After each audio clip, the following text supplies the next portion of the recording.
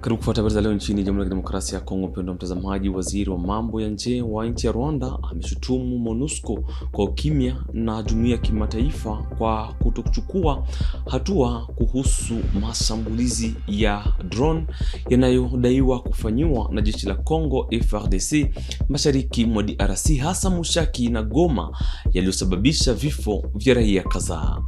Na jimboni Kivu Kaskazini, walimu wa Masisi, Nyiragongo, Ruchuru na huko Walikale wamekataa kukatwa mishahara kwa ajili ya mfuko wa afya bila kupata huduma. SIADC inasema kuwa pesa 5,000 za Kongo hukatwa kila mwezi kutoka Kinshasa bila huduma halisi za matibabu.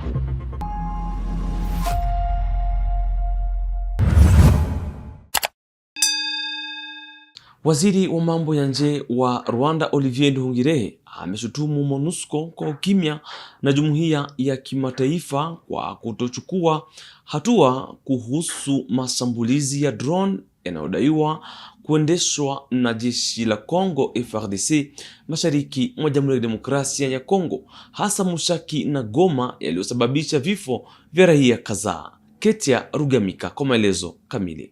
Waziri wa mambo ya nje wa Rwanda amesema mwisho wa juma kuwa jamii ya kimataifa na MONUSCO wamekaa kimya juu ya uhalifu wa serikali ya Jamhuri ya Kidemokrasia ya Kongo. Olivier Nduhungirehe alisema haya baada ya shambulio la drone la jeshi la FARDC huko Mushaki karibu na Goma, ambapo watu 20 walikufa na zaidi ya 90 kujeruhiwa, kulingana na Corneille Nangaa. Alikumbusha pia kuwa tarehe 2 Januari mwaka 2026 drone za FARDC zilishambulia Masisi na kuua angalau watu 10 na kujeruhi wengine 50. Kulingana naye, MONUSCO ililalamika tu bila kutaja wahusika na iliomba tu uchunguzi ambao hujafanyika. Alisema tena kuwa tarehe 11 Machi mwaka 2026 drone zilishambulia Goma na kuua mfanyakazi wa UNICEF na watu wengine 2. Alisema kuwa MONUSCO iliita hii uhalifu wa vita, lakini haikutaja wahusika. Aliongeza kuwa tarehe 8 Mei mwaka 2026 Mushaki ilishambuliwa tena na drone za FARDC na MONUSCO iliishia tu kulaani bila kutaja wahusika. Alisema pia kuwa kuna mashambulizi ya kila siku huko Minembwe na maeneo mengine ya Kivu Kusini ambapo watu na mifugo yao wanaharibiwa. Aliuliza ni mashambulizi mangapi ya drone yatahitajika ili MONUSCO na jamii ya kimataifa wachukue hatua na kumwajibisha Rais Felix Tshisekedi pamoja na jeshi lake. Alimaliza kwa kuuliza kama haya yote yanahusiana na madini ya damu. Taarifa hii ya Rwanda inakuja baada ya Marekani kulaani mashambulizi karibu na Uvira na mashambulio la drone huko Mushaki. Nilivyosema hapo awali, walimu wa maeneo ya Masisi, Nyiragongo, Ruchuru na Walikale wamekataa kukatwa mishahara yao kwa ajili ya mfuko wa afya bila kupata huduma. Mwakilishi wa shirika SIADC jimboni Kivu Kaskazini, Bwana Steven Tabaro, amesema kuwa kila mwezi pesa 5,000 za Kongo hukatwa katika mishahara ya walimu kutoka Kinshasa, lakini walimu bado hulipa matibabu wenyewe. Les enseignants des territoires cotisent chaque mois à la mutuelle de santé, mais ne bénéficient pas de la prise en charge des soins, contrairement à ceux des villes. C'est une inégalité que nous demandons de corriger. Et oui, monsieur le journaliste, les cotisations de 5,000 francs sont prélevées directement à la source sur les salaires des enseignants. Et par ailleurs, plusieurs enseignants dans les territoires n'ont jamais bénéficié des soins via la mutuelle. Nous pouvons fournir des témoignages et documents à l'appui, et surtout les documents qui proviennent de la DINACOPE qui montrent réellement qu'il y a prélèvement de certains frais liés à cette mutuelle de santé. Et le problème n'est pas l'absence de structures sanitaires, car elle existe déjà. Il s'agit plutôt d'un manquement d'organisation avec ces structures. C'est justement ce que nous demandons de corriger rapidement. Nous demandons 3 choses principales: l'extension effective de la mutuelle de santé dans tous les territoires, notamment dans les Rutshuru, Nyiragongo, Walikale, Masisi, Beni, Lubero, et ainsi de suite. Nous demandons aussi la collaboration avec les structures sanitaires locales, parce que nous en avons beaucoup. À Rutshuru, nous avons l'hôpital, à Nyamilima, nous avons l'hôpital, à Mweso, ainsi que partout ailleurs. Na gereza kuu la Kalemi katika mkoa wa Tanganyika limehamisha zaidi ya wafungwa 100 kwenda Lubumbashi jimboni huko Katanga ili kupunguza msongamano wa magereza. Kwa mujibu wa vyanzo vya eneo hilo, operesheni hiyo ilifanyika chini ya ulinzi mkali wa vyombo vya usalama.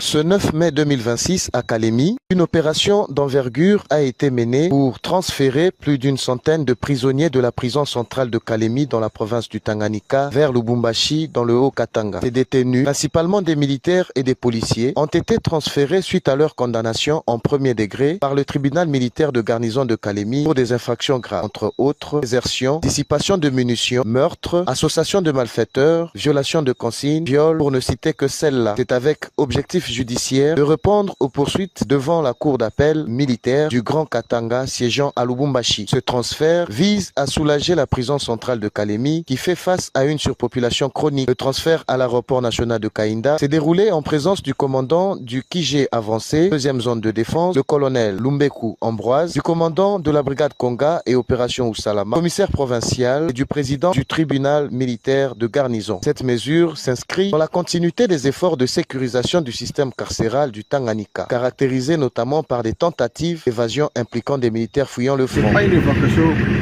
comme telle, mais c'est un processus. Ils étaient condamnés au premier degré. Normalement, ils devraient être amenés à la paix. C'est la seule chose qui a été faite. On les amène à la où il y a la cour militaire nationale, la cour militaire plutôt qui va les juger à la paix.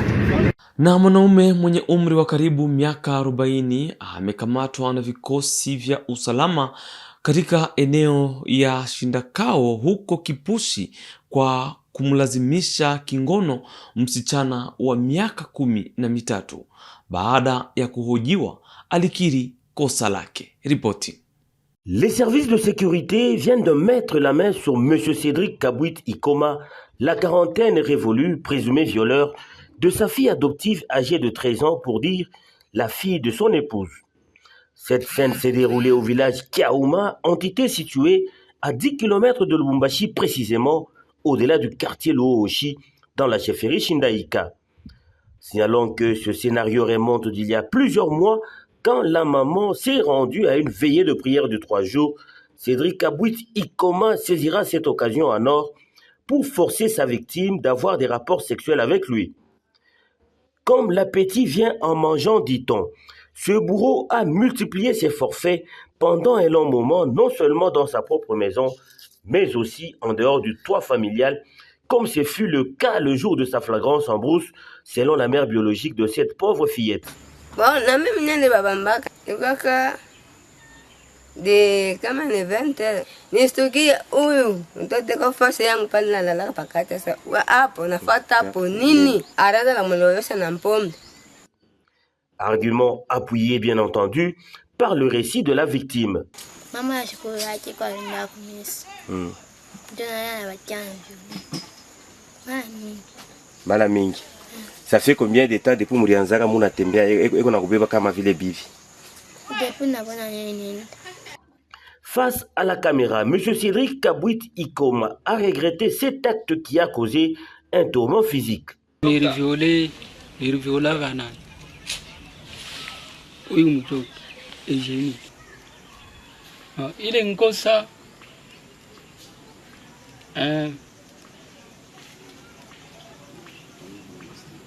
Letanjo mwenyewe azafani atanijije. Au moment où nous diffusons cette information, le présumé médite entre les 4 murs du cachot au village Kikanda de la chefferie Shindaïka, territoire de Kipushi, en entendant bien entendu son transfert vers les instances compétentes. Taasisi ya utafiti wa haki za binadamu IRDH imekemea kuendelea kwa uporaji wa ardhi za Inera Kipopo licha ya kuwekewa hadhi ya dharura ya kitaifa. Katika barua kwa waziri mkuu Judith Suminwa Tuluka, IRDH inalaumu serikali kwa kutochukua hatua dhidi ya uvamizi na uuzaji haramu wa mashamba hayo huko jimboni Haut-Katanga. À ce jour, l'Institut de recherche en droits humains vient d'adresser un mémorandum à Madame la Première ministre au sujet de la spoliation de la concession de l'INERA et des parcelles avoisinantes dans le village de Kashimbala, groupement Inakiloba, chefferie Kaponda dans les territoires de Kipushi. Pour vous rappeler, ça fait plus de 2 ans qu'un certain Freddy Kassongo a pris de force une grande partie de la concession INERA et plusieurs fermes avoisinantes, notamment la ferme de la succession Mwando, la ferme de la succession Kabongo à Kabongo et la ferme de Monsieur Mubanzo et plusieurs parcelles dans le village de Kashimbala. Nous avons écrit plusieurs lettres aux autorités locales. Il y a toute une série de lettres que nous avons écrites depuis 2024-2025. Il y a eu une première commission qui a été constituée par l'Assemblée provinciale pour suivre le dossier. Et puis il y a eu un élargissement de cette commission aux députés provinciaux pour avoir une grande commission provinciale. Et nous avons fait tellement de bruit que l'affaire a été inscrite comme urgence nationale au Conseil des ministres à Kinshasa. Mais depuis la dernière réunion du Conseil des ministres qui a considéré cette affaire le 30 janvier 2025, il n'y a pas de suite. Et pourtant, ce que nous venons de constater, au bénéfice de la saison sèche, M. Freddy Kassongo et tous ses complices ont repris leur chantier et les activités sont denses maintenant sur le chantier.